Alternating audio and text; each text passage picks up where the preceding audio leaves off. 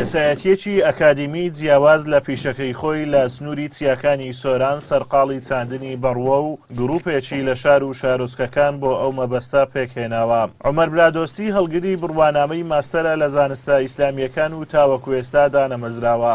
ماوەی 2 ساڵە سەرقاڵی چاندنی بەڕوە لە چیاکانی کوردستان و بەو هۆیەوە نازناوی داهێنەری بیرۆکەی شۆڕشی بەڕووی پێدراوە. ساڵی پار لە بیدایەت و سەرەتای مانجی 12 2017 لەگەڵ کۆمەڵێک برادەر هەستان بە چاندنی ژمارەیەک بەڕوو کە ژمارەیان زیاتر بوو لە 600 دانەبەڕ لە گوندی بێوەست لە دەڤەری برادۆست.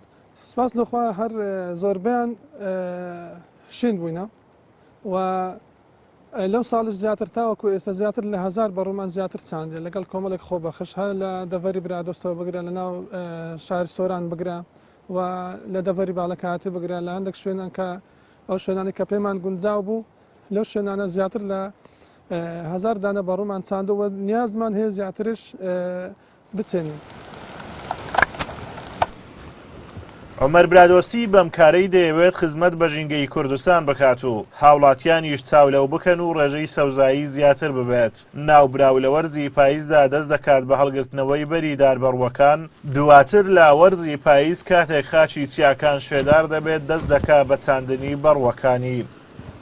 لە سەرەتای مانجی 11 یاخود لە ناوەڕاستی مانجی 11 هەموو ساڵێک پێویستە بەڕوو کۆ بکرێتەوە چونکە کاتی پێگەیشتنی بەڕوە و لە مانجی 12 یاخود لەو وەرزی زستانێ ژێرئاخ بکرێ و بچندرێتەوە.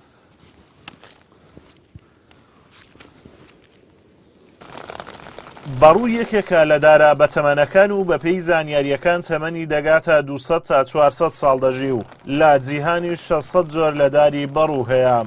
ئەم دارە زۆر لە سەرخۆ گەشە دەکات و بەرناگرێتە تەمەنی دەگاتە 15 ساڵ.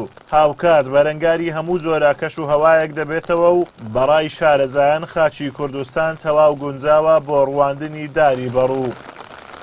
بەڵام داری بەڕوو چەند سیفاتێکی هەیە. یەک لە سیفەتانە دارێکی دێمە پێویستی بە ئاو دانێنیە، یعنی تەنها ئەوەیە کە مرۆڤ ژێرئاخی بکات و ژێرخۆڵی بکاتن ئیدی بەخۆی گەشە ئاکاتن و یەکی دیکە لە هۆکارانش کە ئێمە پێمان باش و زیاتر گرنگی پێ بدەین بە داری بەڕوو بریتی بوو لە تەمەندرێژی داری بەڕوو کە هەروەکو باس ئەکەن 100 ساڵە 200 ساڵە تاکو 400 ساڵ زیاتریش ئەگەر بێت و تووشی بڕین و لە ناو چوون نەبیتن ئەوە تەمەنی داری بەڕوە. چاندنی دار لە ڕوانگەی ئاینی پیرۆزی ئیسلامەوە گرنگی خۆی هەیە و پێغەمبەری ئیسلام درودی خوای لەسەر بێت هەنمان دەدات بە چاندنی دار و یەکێکە لەو چاکانەی دوای مردنیش مرۆڤ پاداشت و چاکەی لەسەر وەردەگرێت.